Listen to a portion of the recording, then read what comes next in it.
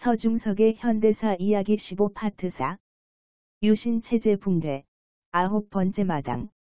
김재규의 거사가 과연 혁명이라고 볼 수 있을까? 분명 민주주의로 갈 수 있는 길을 열어놓았다는 점에서는 혁명적 성격을 지니고 있다. 김재규가 차지철이나 박정희에게 강한 불만을 가졌던 건 분명하다. 그렇지만 그건 총일 다툼과는 아무런 관계가 없다. 또한 부마항쟁 처리 과정에서 드러난 것처럼 박정희가 유혈 사태도 불사하게 했다는 얘기를 듣고 우리나라를 정말 국가적인 위기로 몰아넣는 것 아니냐 하며 걱정했기 때문이다. 유신체제 붕괴 10번째 마당. 10-26으로 박정희 정권은 몰락하지만 10-26 후에도 박정희 없는 박정희 체제는 지속된다. 김재규의 거사는 일단은 실패로 돌아갔다. 그건 박정희가 키워줬던 그리고 1961년 56 쿠데타가 날 때부터 정치에 민감하게 반응해왔던 6.4 11기생들을 중심으로 한 하나회가 쿠데타를 일으켜 전국을 반전시키고 유신체제를 변형해 계승했기 때문이다. 10-26까지 오는데 큰 역할을 한 김영삼과 사면 복권된 김대중은 서울의 봄 시기에 대권 경쟁에 몰두했다. 12.12 쿠데타가 일어났는데도 귀신이 신 것처럼 대권 경쟁에 몰두했다. 유신체제 붕괴 11번째 마당.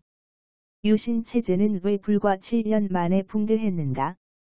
유신체제를 단명하게 만든 직접적인 요인으로는 우선 1인 장기 독재의 폐해가 유신 말기에 너무나 심하게 드러났다는 것을 들 수 있다. 특히 유신체제에서는 재벌 중심으로 경제를 발전시켰는데 그러면서 빈부 격차가 너무나 커졌다. 바로 이러한 요인들이 1978년 12.12 선거에서 공화당이 패하게 만들었고 1979년 예사건과 부마항쟁이 일어나게 했다. 그러면서 결국 유신체제는 붕괴한다. 여기에 더해 유신 말기로 갈수록 박정희의 분별력, 판단력의 이상 현상이 더 커진 것으로 보인다. 박정희의 정신 상태가 그런 가운데 차지철이 너무 심하게 국정을 농단하면서 권력 내부의 문제도 커졌다. 정리하면 박정희는 평지풍파 쿠데타를 일으켰다. 그뿐 아니라 유신 헌법조차 박정희 한 사람만을 위한 헌법이라는 점이 뚜렷했다. 그런 점에서도 박정희 1인 체제는 오래 견디기 어려운 점이 있었다. 유신 체제에서 최대의 균열 요소는 민주주의를 경험한 이후에 이런 극단적인 1인 권력 체제를 갖게 됐다는 점이다. 그런 속에서 유신 체제가 뒤늦게 나타났기 때문에 사람들은 민주주의로 돌아가야 한다는 생각을 언제라도 할 수 있는 상태에 있었다. 박정희는 유신 체제에서 통대건 유정회건 공화당이건 이인자건 측근이건 사실상 일심동체가 된 차지철을 빼놓고는 어떤 쪽에도 힘을 안 실어주고 자신한테 모든 권력을 집중시켰다. 국민 또는 비판 세력에 대해서는 혹독한 탄압, 공포 정치, 병영 국가화를 통해 감시하고 저항하지 못하게 했다. 한편으로는 국민교육 헌장, 충효 사상 같은 복고주의적인 국가주의로 세뇌를 시켜 복종하게 했다. 또한 TV 같은 미디어라든가 교육 등 여러 수단을 활용한 상징 조작 또는 대형 정치적 사건 조작 등을 통해 권력을 유지하려 했다. 유신 체제를 지탱하기 위해 이런 여러 가지 수단 방법을 썼지만 유지가 안 되게 돼 있었다. 유신 체제 붕괴 12번째 마당. 유신 말기에는 정권 안보를 위해 여러 가지 경제 목표를 무리하게 높게 잡았는데 그것이 오히려 부작용을 낳고 정상적인 경제 발전에 재앙이 되어 버리면서 유신 체제가 몰락하는 데 영향을 미쳤다. 유신 말기에는 경제는 문제가 심각하고 나빴다. 12.12 선거에서 드러난 농민들의 이반 현상에 영향을 끼친 것이 노풍 피해다. 노풍 피해가 발생한 때에는 박정희의 조급하고 과도한 쌀 증산 욕구가 상당한 역할을 했다. 1977년에 정부에서 유신벼를 보급했다.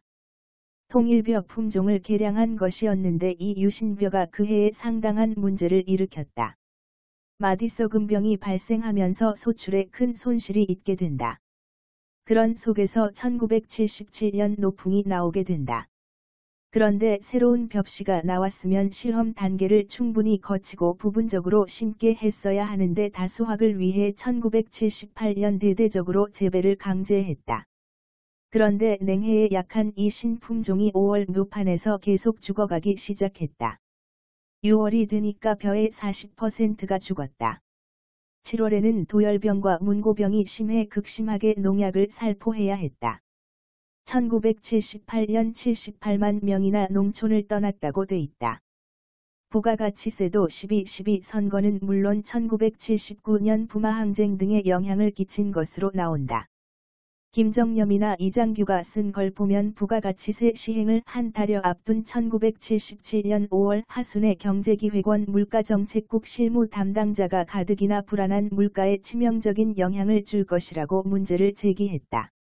여러 곳에서 연기를 요청했지만 결국 박 대통령이 단안을 내려서 예정대로 시행하게 된다. 유신 체제의 경제 문제를 살필 때 놓칠 수 없는 것이 투기 문제다.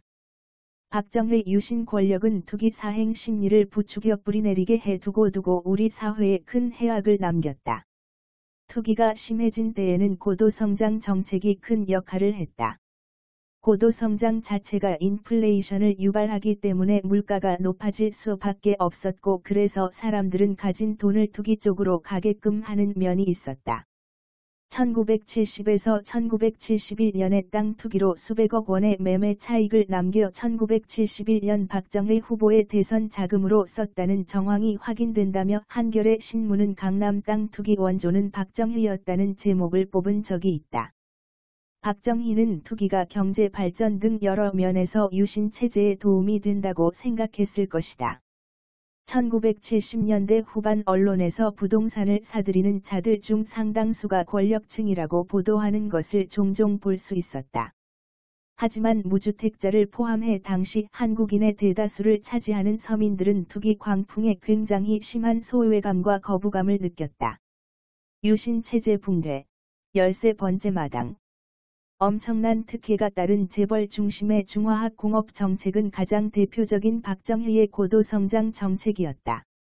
당시 재벌 순위는 중화학 공업 순위라고 해도 지나치지 않을 정도로 중화학 공업은 재벌 세계를 새롭게 재편했다. 그러한 과정에서 엄청난 중복 투자가 일어나 경제를 휘청거리게 했다. 박정희 유신 정권은 중화학 과열을 부채질했다. 그렇게 된 데에는 유신 체제를 유지하기 위해 빨리 성장률을 높여야겠다는 욕심이 크게 작용했다. 박정희가 규모가 큰 중화학 공장을 짓게 하는 게 중소기업을 육성하는 것보다 성장률을 높이는 데 유리하다고 본 것이고 또 재벌들을 중심으로 추진해야 빨리빨리 중화학 공업이 발전할 수 있다고 해서 금융특혜 등 각종 특혜를 주면서 재벌 기업들이 적극적으로 중화학 공업에 참여하게 한 것이다. 정부와 재벌들의 입장이 맞아떨어져서 엄청난 중복 과다 투자 현상이 유신 말기에 발생했다. 이때쯤 돼서는 중화학 공업 문제가 한국 경제에 굉장히 큰 어려움을 주고 있었다. 이에 대해 전두환은 79년, 80년 우리 경제가 완전히 부도가 나게 되어 있었습니다. 외채는 많고 상환 능력은 없고 중화학 공업에 투자는 많이 해놓았지만 방산업체는 가동이 안 되고 있었어요. 라고 말했다. 1979년 5월 25일 신현화 부총리를 위원장으로 하는 중화학투자조정위원회는 사업 분야를 조정하겠다고 발표했다. 25 조치는 이행되지 못하고 10-26을 맞게 된다. 전두환의 신군부에 의해 중공업 분야 투자 조정이 단행됐다. 유신 체제 붕괴, 14번째 마당. 유신 체제가 단명할 수밖에 없었던 요인 중 부정부패 문제를 살펴보면 516번지 쿠데타 후 쿠데타 권력자가 김지태가 갖고 있던 부산일보사와 MBC를 강탈했다는 이야기가 많았다. 박정희 최측근이던 이후락만 해도 검은 돈 중에서 자기가 챙긴 걸 떡고물이라고 표현하면서 이건 잘못이 아니라는 태도를 보인다. 이후락 한 사람이 챙긴 떡고물이 194억 원이 넘는 금액이다. 공화당 의원이던 이만섭은 유신 이후 장기 집권에 따른 권력 심층부의 타락과 부패가 광범위한 민심 이반을 가져왔다고 얘기했다. 한국 사회는 박정희 집권기에 투기 사회로 바뀌었다. 총으로 권력을 움켜쥔 박정희는 56 쿠데타를 일으킨 지 18년 만에 부하의 총에 맞아 권력을 놓았다. 분명 10-26은 박정희가 자초한 사건이다. 박정희가 죽은 후 박정희 없는 유신이 이어지는데 이것은 박정희가 키운 신군부에 의해 독재 정권이 만들어지게 되기 때문이다. 14. 15권에서는 유신 체제와 유신의 몰락을 다뤘다. 한국 근현대사에 관심이 있는 사람이라면 반드시 읽어보길 권하는 책이다.